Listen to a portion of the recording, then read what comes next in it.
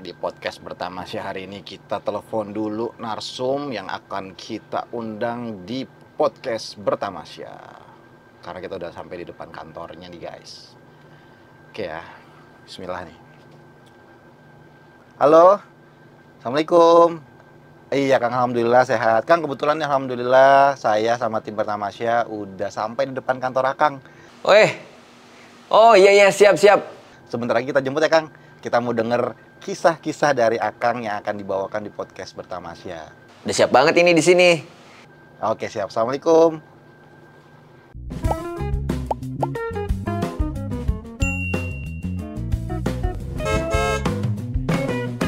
Assalamualaikum warahmatullahi wabarakatuh. Insan muda, baik lagi bersama gue Ilham Radipta di program Bertamasya.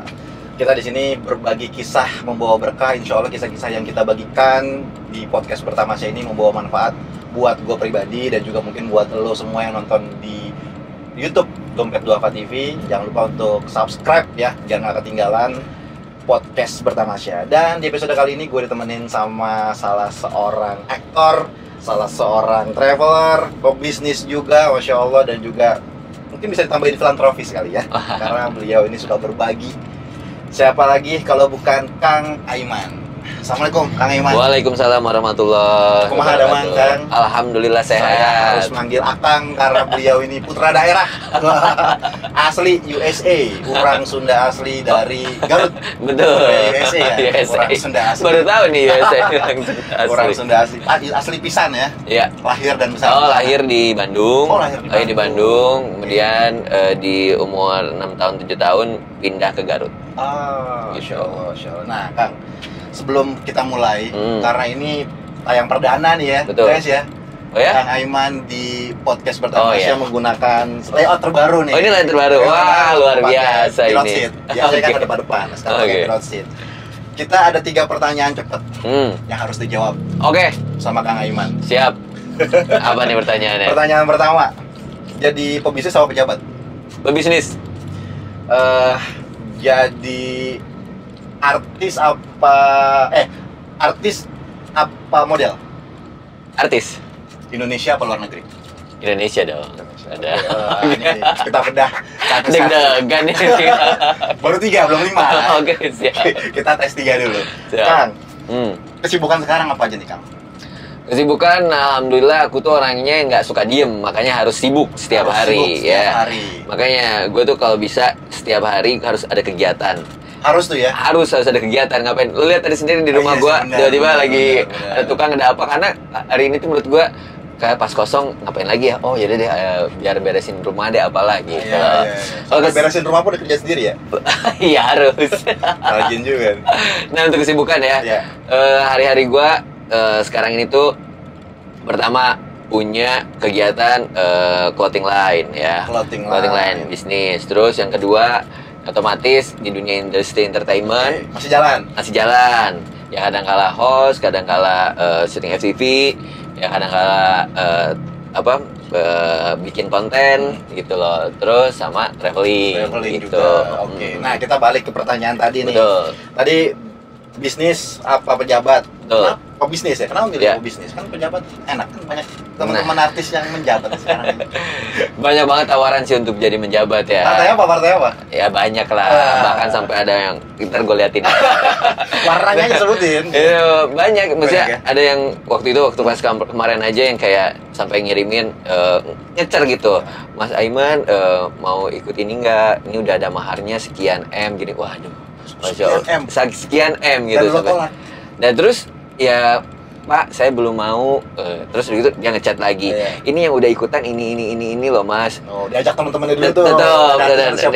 Gitu ya. Ya Pak, nanti aja Pak gitu. Sampai akhirnya mungkin dia capek sendiri kali nggak nawarin lagi. Tapi selain itu juga, selain kemarin jadi anggota DPR, tawaran itu ada juga tawaran untuk menjadi calon wakil bupati.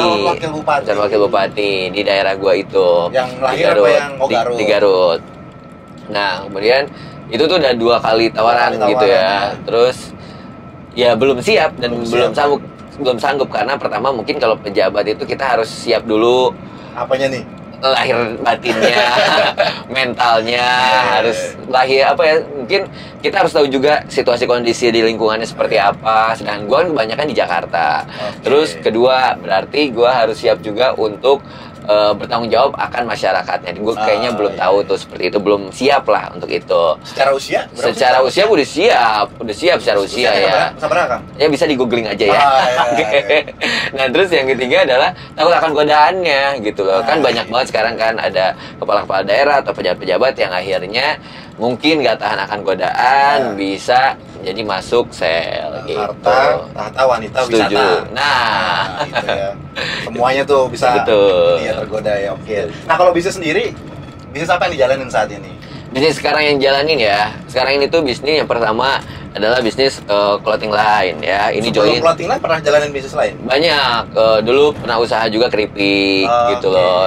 Terus tutup. Tutup. Tutup. Itu tutup karena ya pernah dicerita di beberapa podcast juga pada nggak bayar. Itu. Ada temen ya, bantu temen ya. Itu. Terus juga waktu itu pernah juga bisnis bawang goreng. Bawang goreng tapi ternyata naik turun gitu kan harga bawang goreng itu ya. Dan saking naik turunnya kadang lama, mahal mulu gitu sampai akhirnya nggak bikin lagi. Itu jadi kendala gitu. Ya. Terus sampai akhirnya kakak gue juga males lagi bikinnya, akhirnya tutup. Terus yang ketiga clothing line ini akhirnya makanya kita join sama teman yang udah berkecimpung lama di dunia gitu ya. Clothing line. Jadi akhirnya join fokus gitu loh. Di clothing Line sama sekarang juga bisnis di dunia entertainment. Dunia entertainmentnya gue join juga sama teman untuk apa ya, memanage artis gitu. Oh, jadi agensi atau agensi ya, manajemen talent digital gitu loh. Jadi selain bisa memanage diri sendiri, memanajeri diri sendiri, tapi bisa memanajeri artis yang lain. Betul. Yang siapa aja Kang kalau boleh tahu? Ya, adalah banyak gitu, ya. Banyak. Nama manajemen apa sih? Ada PK Manajemen. Masuk nanti ini sih.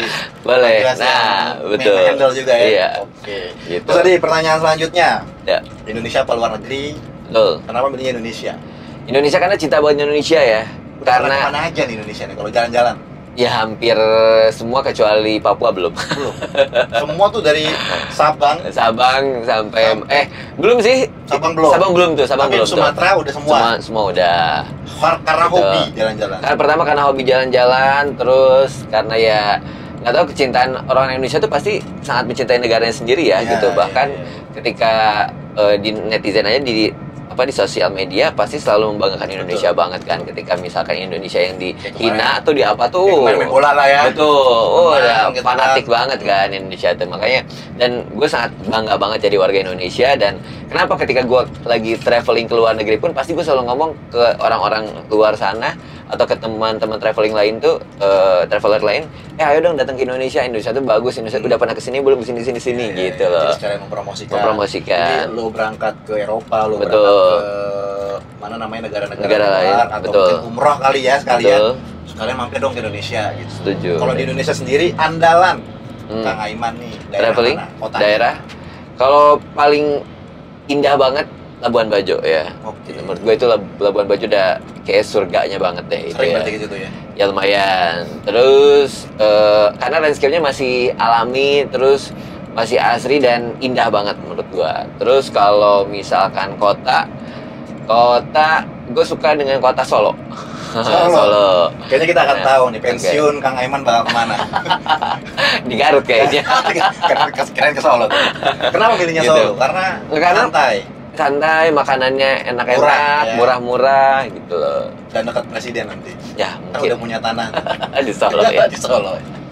Gitu. Terus shock kultur apa ketika pergi traveling di Indonesia yang kebikin lo kaget? Wah, kok ternyata di Indonesia sejauh ini nih shock kulturnya nih. Karena kan banyak, kita kan kaya dengan suku ya. Apalagi kan lo juga di Instagram juga banyak. Betul. Di bio-nya kan juga kan traveler kan. Berarti kan juga sering keliling di Indonesia gitu. Selain kan belum pernah ke Papua nih. Papua mungkin dari makanan kah di daerah lain? Makanan atau ada atau mungkin kemarin terakhir ke Maluku bersama Dompet Dua Apa kan ya. Agak culture shocknya mungkin di sana makanannya itu tiap hari ikan. Oh, itu jadi shock tuh ya? Iya, sarapan pakai ikan, terus makan siang pakai ikan, makan malam pakai ikan, semua pakai ikan gitu. Itu agak culture shock. Jadi bahkan sarapan pun ya kita nasi kuning sama ikan gitu kan. Dan ikannya beda-beda. Beda-beda gitu. Berarti emang Maluku sekaya itu ikan Kayak ikannya itu ya. betul, Itu luar bikin biasa. kaget. Dan ikannya pun beda-beda ya. Misalnya ikan malam dibakar, ikan yang siang itu kayak di bumbu kayak colok-colok kayak pakai sambalnya sendiri ya, digoreng. Terus kalau pagi itu beda lagi, justru kayak dibumbuin kayak kunyit dan lain-lain gitu. Oke, luar biasa. Nah, berarti next destinasi di Indonesia adalah ke Papua. Papua, Bareng pengen. dompet dua apa insya Allah ya. Insya Allah. Kita ada program lagi nanti di sana. Oke. Siapin nih agendanya. Terakhir pertanyaannya tadi, Siap. selain sebelum kita ngebahas yang intinya inti nih Kang. Ya, Tadi artis atau model? Kan Kang, lu udah menjalani dua-duanya tuh ya? betul. Pernah jadi artis menjadi model, lu pilih mana Betul. tuh sebenarnya? Secara profesi ya, yang mungkin artis karena lebih luas ya. Oh. Bisa jadi aktor, bisa jadi presenter, bisa jadi mungkin apa? Bisa dibilang entertainer mana? gitu Oke, ya. kalau model enggak? Model mungkin dari tinggi aja udah kurang ya. Oh, syarat mutlak modal tuh tinggi badan. Tinggi badan. Cuman nih kalau dulu kan masih remaja, which is dulu adalah majalah remaja yang dimana majalah remaja itu teenage banget kan, anak-anak usia yang 18, 17 gitu, 16. Nah, kebetulan kalau dulu kan majalah itu tuh digemari banget. Terus gue salah satu finalis di majalah tersebut. Terus untuk foto-foto, untuk catwalk gitu-gitu. Nah, tapi kalau sekarang kayaknya nggak ada ya majalah seperti itu yang yang anak-anak muda tuh yang kayak teenage yang jalan di catwalk itu kayak Sekarang jarang udah gitu loh. digital sih. Digital gitu. Makanya Banyak media kalau cetak. sekarang kalau untuk jadi model kayak tingginya masih kurang deh. Oh gitu. Kalau di artis mah nggak ada hal seperti Nggak itu ada, ya. nggak Yang ada, penting dia nggak bisa ada. menghibur. Menghibur dan punya kemampuan tentunya. Gitu Starting loh. jadi masuk ke dunia entertain tuh dari tahun 2004 ya kalau nggak salah.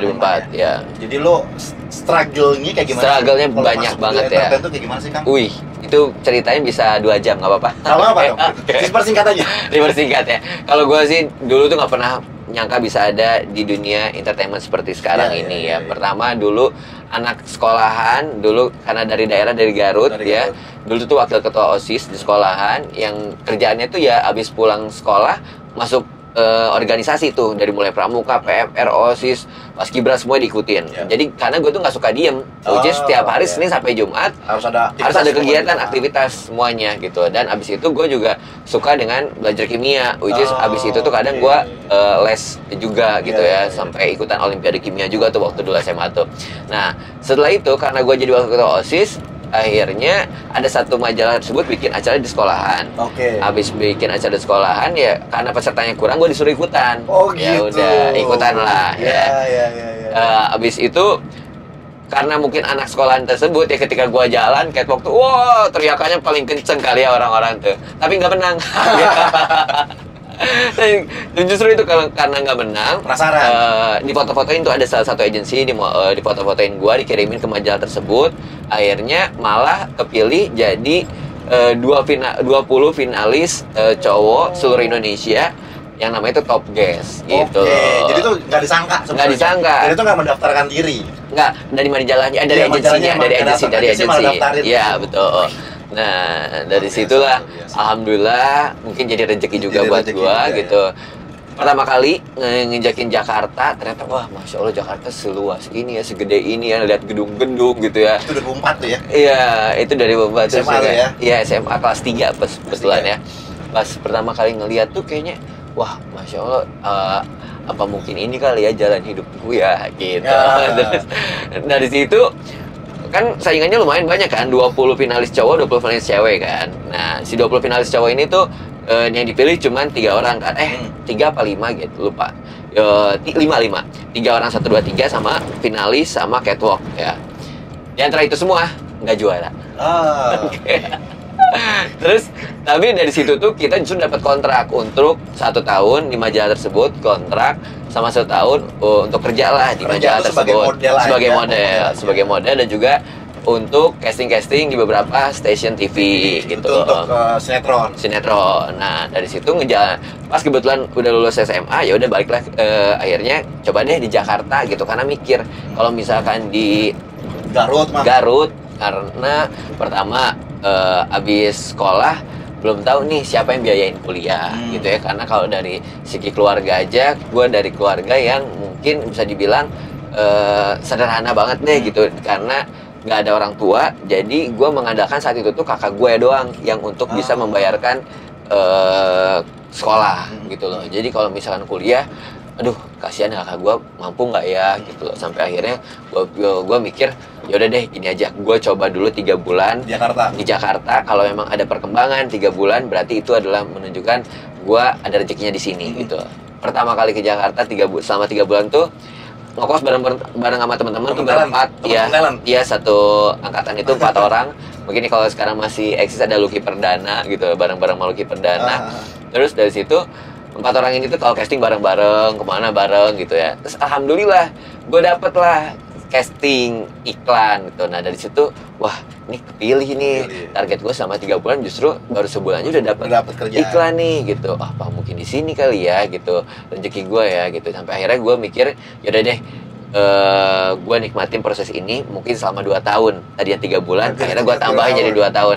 Kalau selama 2 tahun mungkin masih ada rezekinya terus, ya gue bakal lanjutin, bakal kuliah di sini gitu. Sampai akhirnya ya alhamdulillah, yang namanya dunia entertainment itu belajar hidup banget. Ya kadangkala gue dapetin pekerjaan seneng banget gitu ya. Pas udah di lokasi syuting, tiba-tiba nggak jadi syutingnya. Yo, itu tapi tetap dibayar dong?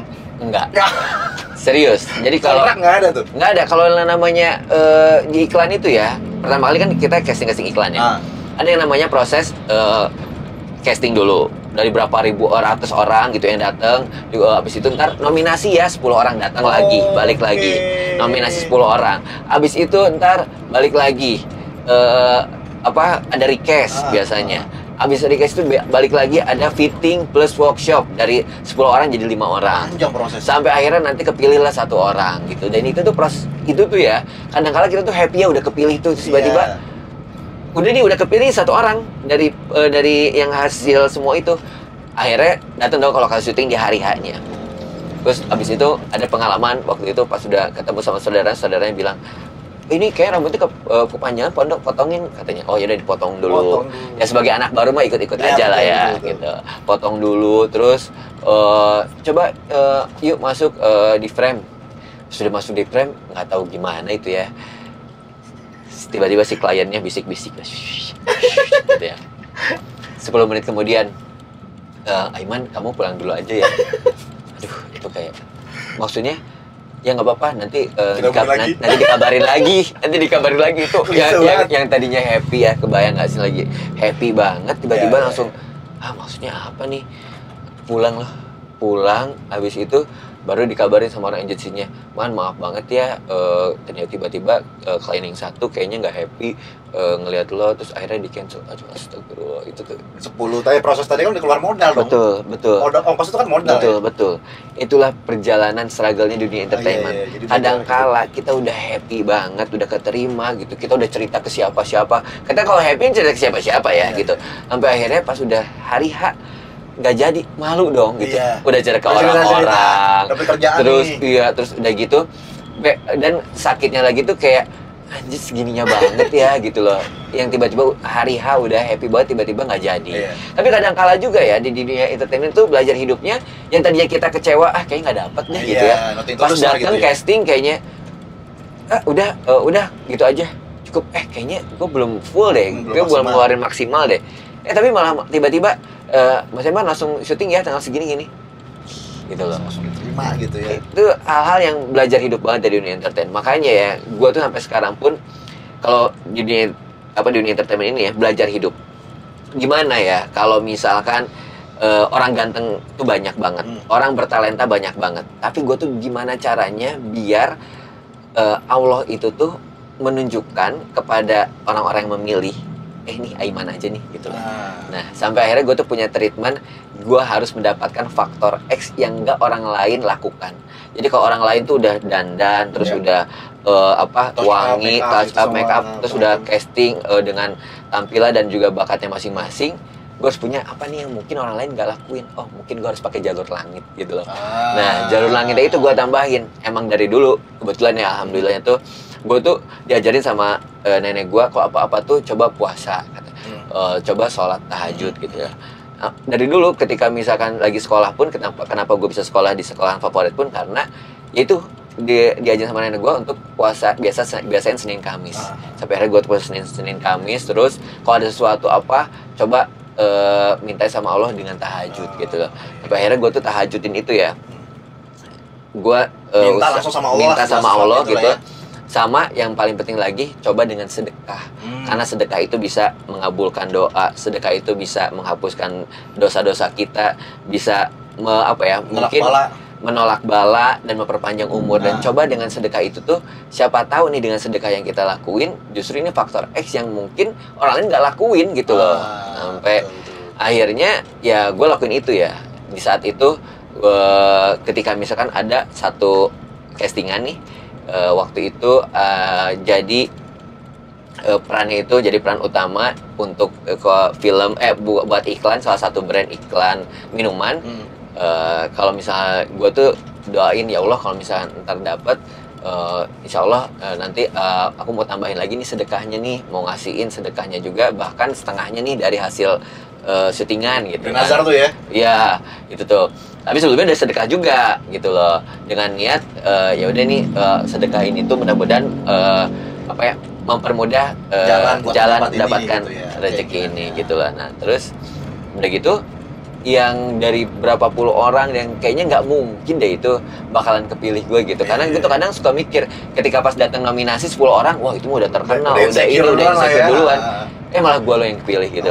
Masya Allah banget gitu. Dari situ gue semakin percaya banget bahwa jalur langit itulah yang bisa jalan pintas untuk mengabulkan keinginan dari lo gitu juga loh. Jadi dicuri sama orang nggak apa-apa nih? Nggak apa-apa sih, silahkan. Justru jadi pahala kalau ada orang lain yang nonton yang ngikutin juga gitu. Itu ya. Bagus, saya suka mindset itu. Makanya berbagi langsung ke Dompet Duafa. Siap, pas. Linknya di bawah. Nah, tapi sebenarnya kita balik lagi ke masalah entertain ini, Kang Aiman. Itu part of dari cita-cita Kang Aiman apa bukan? Jadi artis. Kan dulu Kang Aiman kan wakil OSIS. Itu mau jadi apa sebenarnya cita-citanya tuh? Justru ya kalau dulu itu nggak karena kan waktu itu almarhum almarhum mamaku tuh meninggal tuh penyakit kanker rahim gitu ya.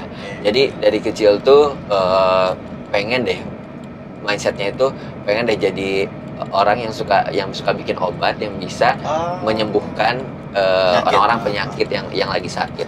Makanya kenapa gue suka banget kimia dan gue tuh pengen dulu tuh pengen kerja jadi apoteker atau kalau nggak jadi farmasi gitu. Jadi yang bikin obat gitu, meracik obat gitu. Dan gue tuh salah satu cita-cita gue itu gitu. Tapi kalau ditarik ke belakang lagi, setiap acara-acara 17 Agustusan di kampung gitu ya, itu tuh kadang gue tuh suruh untuk nge-host, suruh untuk nge-MC. Kadang gue tuh disuruh untuk kalau misalnya acara mauludan ya, gue suruh untuk ceramah gitu loh. Ceramah yang versi anak kecil gitu kan, dai cilik gitu loh. Jadi gue dibikinin tulisannya dulu sama ustadznya, terus gue hafalin, terus gue jadi dai itu ceritanya gitu. Dan orang-orang tuh pada seneng gitu dengan itu dan entertainer gitu. Makanya jadi kalau ditarik ke belakang lagi, apa mungkin ini tuh dulu tuh hal-hal yang kayak gini justru yang menunjukkan mungkin one day gue bakalan bisa jadi seorang entertainer nih man gitu loh. Dan waktu itu pernah banget sempet ketika kan ada sepupuan juga lagi nonton TV. Sepupu ini tuh suka banget sama salah satu artis. Itu suka banget sama dia. Tenang aja, ntar gue bakalan ada di situ. Doa kecil itu. Betul, gitu. Terlibat doang tapi dikabul, Masya Allah. Ya. Masya Allah banget itu juga. Kadang gue juga bener ya kata orang-orang bahwa omongan itu doa ya. Dan harus hati-hati. Dan harus hati-hati dengan omongan itu. Bahkan yang kita lakukan itu jadi sebagai manifestasi. Percaya atau enggak, di sejak SMA itu ya, kelas 1, kelas 2 tuh gue tuh selalu tanda tanginin buku teman-teman gue. Jadi kalau mungkin teman-teman gue lagi nonton ya, teman-teman SMA simpen tuh tanda tangan tuh gitu. Jadi setiap bukunya di belakangnya tuh ada tanda tangan Aiman Ricky. Aiman Ricky gitu loh. Dan makanya nih kemarin pas banget lagi posting salah satu postingan di Instagram gitu, terus tiba-tiba ada yang komen, "Man masih inget tuh iya teman SMA buku saya mah dulu udah penuh banget tanda tangan Aiman gitu." kakak gue gitu. Itu hal-hal yang mungkin hal kecil yang akhirnya bisa jadi kesampaian gitu loh. Betul. Makanya itu juga harus dijaga tadi omongan ya. Betul. Ditambah Jon sekarang Kang Aiman juga udah berbisnis, terus juga jadi entertain, mungkin punya uang bisa buka apotek. Nah, amin, mudah-mudahan. Nggak perlu jadi farmasinya, nggak perlu jadi ahli obatnya, tapi punya tokonya. Amin, doain ya. Punya rumah sakitnya kan. Amin ya Allah. Kita doakan. Nah, kan, amin. Kan Kang Aiman juga pernah ikut program sama Dompet Duafa. Kemarin juga kan ini bertepatan sama bulan Muharram ya. Betul. 10 Muharram itu kan bertepatan dengan di Indonesia itu mungkin di dunia gitu ya. Itu lebaran yatim. Betul. Gitu kan. Juga tadi Kang Aiman juga sempat Yeah. sharing bahwa ibu juga udah nggak ada kan, part of dari anak yatim gitu ya Kang. Dan Kang Aiman juga udah keliling ke Indonesia, mungkin juga keliling ke luar negeri juga. Yeah. Ada nggak sih Kang yang Kang Aiman perhatikan yang terjadi sama anak-anak yatim yang ada di Indonesia sendiri tuh menurut Kang Aiman seperti apa gitu? Oke. Apakah mereka menurut Kang Aiman, oh ternyata ada juga anak-anak yatim yang berpotensi kalau didukung secara maksimal ya dari, kan mereka juga gimana ya, persepsi anak-anak yatim di Indonesia ini kan miskin gitu, butuh dukungan, gitu kan, butuh bantuan. Padahal sebenarnya juga anak yatim yang dia bisa sukses mandiri atau memang dia pinter di sekolah dan apa namanya, dia tuh bisa sukses gitu. Menurut Kang Aiman udah berkeliling, suka ketemu anak-anak gitu ya, ke sekolah-sekolah, ke daerah-daerah tuh gimana menurut pendapat Kang Aiman? Nah, kalau aku sendiri ya melihat anak-anak yatim yang ada, yang pernah aku lihat gitu ya, kebetulan aku suka banget dengan kegiatan-kegiatan ya sosial dengan melibatkan anak yatim, karena aku part of anak yatim gitu loh. Di dulunya itu, aku umur 6 tahun, aku ditinggalkan oleh ibuku di saat umur 6 tahun tersebut. Which is, aku kehilangan sosok seorang ibu. Dan sosok seorang bapak pun nggak ada. Karena bapakku tuh, bahkan sebelum ibuku meninggal tuh, udah nggak pulang-pulang gitu loh. Nggak pernah tahu kabarnya di mana gitu loh. Nah, itulah yang membuat hidupku tuh berasa kayak anak yatim piatu di saat umurku 6 tahun ya? gitu loh. Kayak Nabi dong, Insya Allah. Iya. Muhammad kalau nggak salah umur 6 tahun ya, jadi yatim piatu ya. Nah, itulah yang akhirnya aku tuh alhamdulillahnya aku masih punya nenek dan kakek yang mau bertanggung jawab untuk kehidupan aku saat itu gitu loh. Dan ketika aku di kampung itu, makanya aku selalu menjadi orang yang kayaknya orang yang bahagia ketika ada acara santunan anak yatim gitu, ketika ada pemberian yang memberikan rezeki sebagainya buat aku tuh kayak, ya alhamdulillah banget gitu loh, karena berasa ada yang sayang nih sama aku gitu, berasa ada tambahan lagi yang mungkin yang aku nggak dapetin dari nenek kakek aku, dapetin dari orang lain nih gitu. Setidaknya ada kasih sayang mereka ketika mereka datang, ketika mereka ini buat Aiman ya, ini buat buat tambahin sekolah ya gitu. Itu tuh masya Allah, kayak happy banget, alhamdulillah banget ya Allah gitu. Kalau ingat support gitu, mensupport tuh kayak hal-hal yang kecil, simple, tapi buat aku tuh bermakna banget gitu loh. Sampai di posisi yang mungkin di saat ini pun, kenapa gua pengen terlibat terus di dunia filantropi atau mungkin berbagi bersama anak yatim, karena itu, karena gua dulu pernah banget saat kecil tuh ketika dikasih rezeki sama orang-orang tuh, gue selalu berniat, ya Allah, tolong jadikan hamba seperti mereka yang memberikan rezekinya pada hamba. One day hamba pengen jadi orang sukses, one day pengen jadi orang yang kaya, yang bisa membagikan rezekinya buat orang-orang. Karena hari ini aja hamba bahagia, mungkin nanti bakalan lebih bahagia lagi ketika memberikan untuk banyak orang gitu loh. Dan dikabulkan juga, Masya Allah ya. Masya Allah. Kemarin kan sempat sama Dompet Duafa ya? Ya. Ke Louis Goong. Nah itu tuh kampung aku sendiri, dan itu tuh sengaja itu bikin acara seperti itu tuh emang udah ke-7 kalinya. Kebetulan kalau di kampung itu tuh Louis Goong, kampung gua sendiri tuh panitianya sangat aktif banget. Dan apalagi gua tuh di sana tahu bagaimana orang-orang sekitar di sana, anak-anak yatim di sana yang ternyata butuh banyak dukungan dari kita semua, dan baik dari semangat ya, dari semangatnya, cinta, kasih sayang, dan juga uang materinya. Makanya ketika gue acara di sana pun gue melihat anak-anak yatim di satu sangat bahagia banget ya. Ada momen mereka tuh nangis banget, yang sedih karena terharu, sedihnya karena terharu karena ada acara seperti itu yang bisa membahagiakan mereka, kemudian juga diberikan rezeki dari donaturnya yang nggak pernah mereka bayangkan. Kemudian dan mereka pun ternyata pas ketika gue cerita sama anak-anak yatim ini tuh ada yang punya prestasi, kemudian juga mereka pengen banget bisa cerita-cerita pengen yang jadi guru ngaji, pengen jadi polisi, pengen jadi tentara dan lain-lain. Banyak banget kegiatan-kegiatan mereka yang kalau kemarin belum dengar. Ya? Tapi ada juga yang cerita pengen jadi kayak Aiman gitu. Itu dia.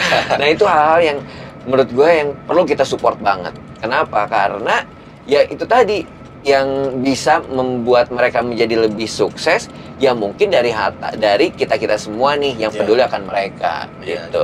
Dan Kang Aiman juga lu selaku anak yatim ya. Betul. Dan juga merasakan di posisi seperti itu. Jadi kayak keinginan lo untuk lebih sukses karena ingin berbagi ke mereka tuh lebih gede gitu kan. Sangat. Gue nggak mau ngelihat anak, gue nggak mau mereka ngalamin apa yang gue alamin. Makanya betul. Ketika lo punya harta, lo langsung berbagi ke mereka. Lo senang sama program seperti itu. Banyak program-program juga kan yang insya Allah sama Dompet Duafa nanti ada lagi ya. Siap, bismillah, mudah-mudahan. Sama Kang Aiman nih buat bikin program bersama anak yatim. Nah, dari Kang Aiman sendiri, menurut Kang Aiman, apakah itu perlu setahun sekali 10 Muharram aja atau perlu bulanan atau perlu mingguan program kayak gitu Kang? Kalau program itu ya kita layaknya kita lagi makan ya kita lapar terus kan gitu. Nah, 3 kali dong. Karena kalau misalkan cuma setahun sekali kasihan. Menunggunya itu. Dan kadang-kala mindset kita tuh ketika kita menyayangi anak yatim tuh kalau nggak 10 Muharram ya bulan Ramadan udah itu doang gitu. Sama ulang tahun biasanya kan? Ulang tahun nah. Ya selebihnya terus mereka gimana gitu loh.